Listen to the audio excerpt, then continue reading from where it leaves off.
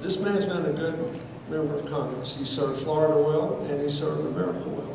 He developed an unusual amount of influence and impact and expertise over a wide range of things, including national security matters. He's the only person you can vote for who actually has done things already to try to prepare himself for the enormous responsibilities we're not talking about in this campaign, which is to keep this country safe. And to take care of our men and women in uniform. And to make sure that we are doing the right things. But look, all over America I see this. This election is a tale of two stories. Okay? The Republican story goes something like this. Hey, we left them in a big hole. You. And so they fired us and brought the Democrats in. Democrats had 21 months and didn't dig us out of the hole. And they spent too much money and gave us too much government trying. And we got to stop them now before the thing gets totally out of hand. Vote for us. Isn't that about what they're saying? Oh, yeah. And then they've got this subtext, which is, whatever the problem is, it's the government's fault, right? Yeah. Whatever the problem is, if taxes were just lower on the richest American with special interest, everything would be hunky-dory. That's it, you know. And it's pretty hard to blame the government for the Wall Street meltdown. Actually, there was not enough government oversight there. Right, that's right. But they probably got some period that the government overlooked. Then there's the Democratic story. It goes something like this. Well, you're right, we didn't get out of the hole, but it was a very deep hole. And we did at least stop digging. We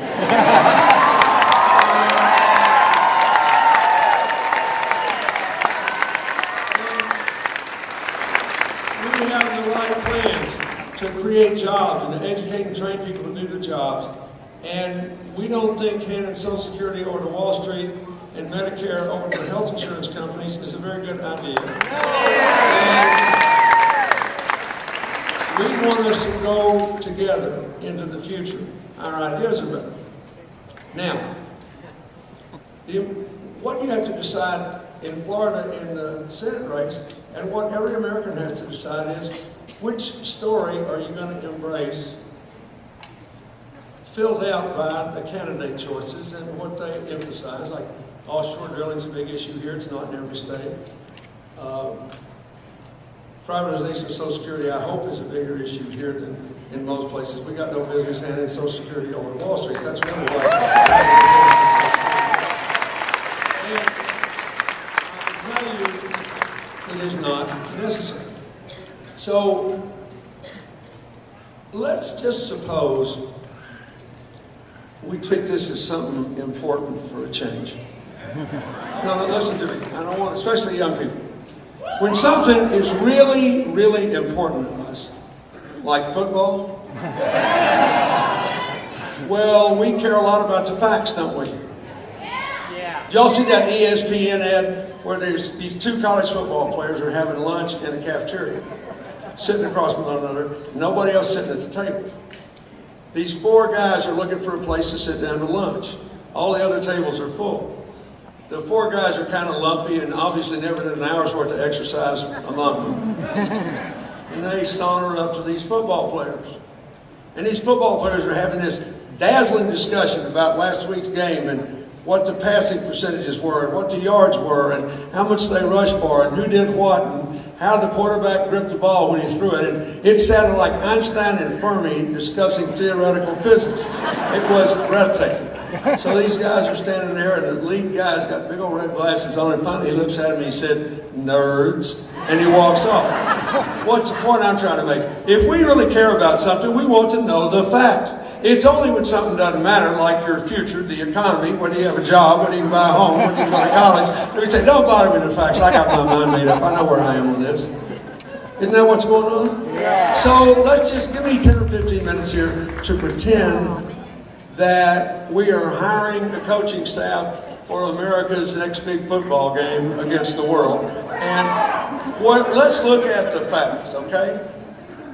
First of all, there are really only three things that matter. Where are we? What should we do now?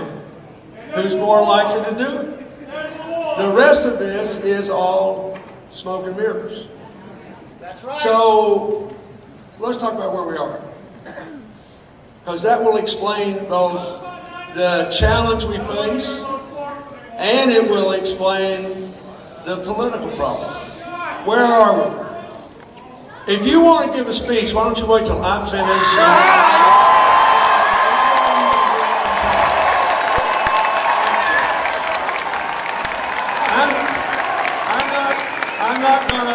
I'm not going to talk much longer. If they want to wait here, you're welcome to. So here's where we are. Here's what happened. The financial crisis happened on September 15, 2008, right? But before that, in 7 years and 8 months, we had exactly 2.5 million new jobs, only 10% as many as you had in 8 years before the collapse.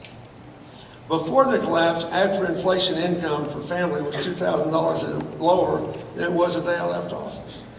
Before the collapse, after inflation, health care costs had doubled. After inflation, college costs had gone up 75%. In other words, we were in a bad fix before the collapse. Then the collapse hits, biggest financial collapse since the Great Depression. 4 months before a new president was sworn in and Kendrick and the new Congress started meeting. Now, if you listen to the Republican story, everything that happened from the moment the president took his hand off the Bible was our fault. Now, that's like saying you can get behind a huge locomotive going straight downhill at 200 miles an hour and stop it in 10 seconds. The truth is that the locomotive didn't stop for 6 more months. It quit about July the 1st of the first year. Okay. Since that time, how are we doing compared to the competition? How are we doing compared to the competition? The United States has recovered 70% of its lost income. Germany has recovered 60% of its lost income. Japan's recovered 50% of its lost income. The United Kingdom has recovered 30% of its lost income. In other words, we're beating the competition. Now, I say that not to make you happy. You can't be happy about that because people don't feel better. So it may not deserve applause, but it ought to give you pause before you change directions. We have quit digging and we're doing better than the competition. Yeah. What is the problem that he faces in this election? There is always a gap between the time when you start doing the right things and the time people can feel it. Yes. That's what I tell you. I've seen this movie before in 1994. The gap is here. So people know that we have done things, but they don't feel it. And people only really hire Democrats when things are all messed up. Yeah. Right? I mean, those Republicans sound good. I saw Mr. Ruby on TV. God, he's handsome and he sounds good. Yeah. He just sort of sounds good. The problem is it doesn't work, but you don't know yet because we're in the gap. So what should we do now? Just don't forget what they say they want. I hope I have some credibility here. They say they want economic growth, balanced budgets, and small government. Isn't that what they want? You go, Bill. Okay. When in the 8 years you let me serve, we had more jobs. 22.7 million.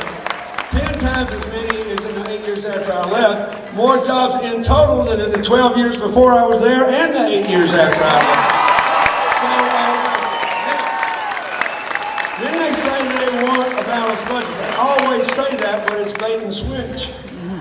What did they do? In the 12 years before I took office, the national debt went from 1 to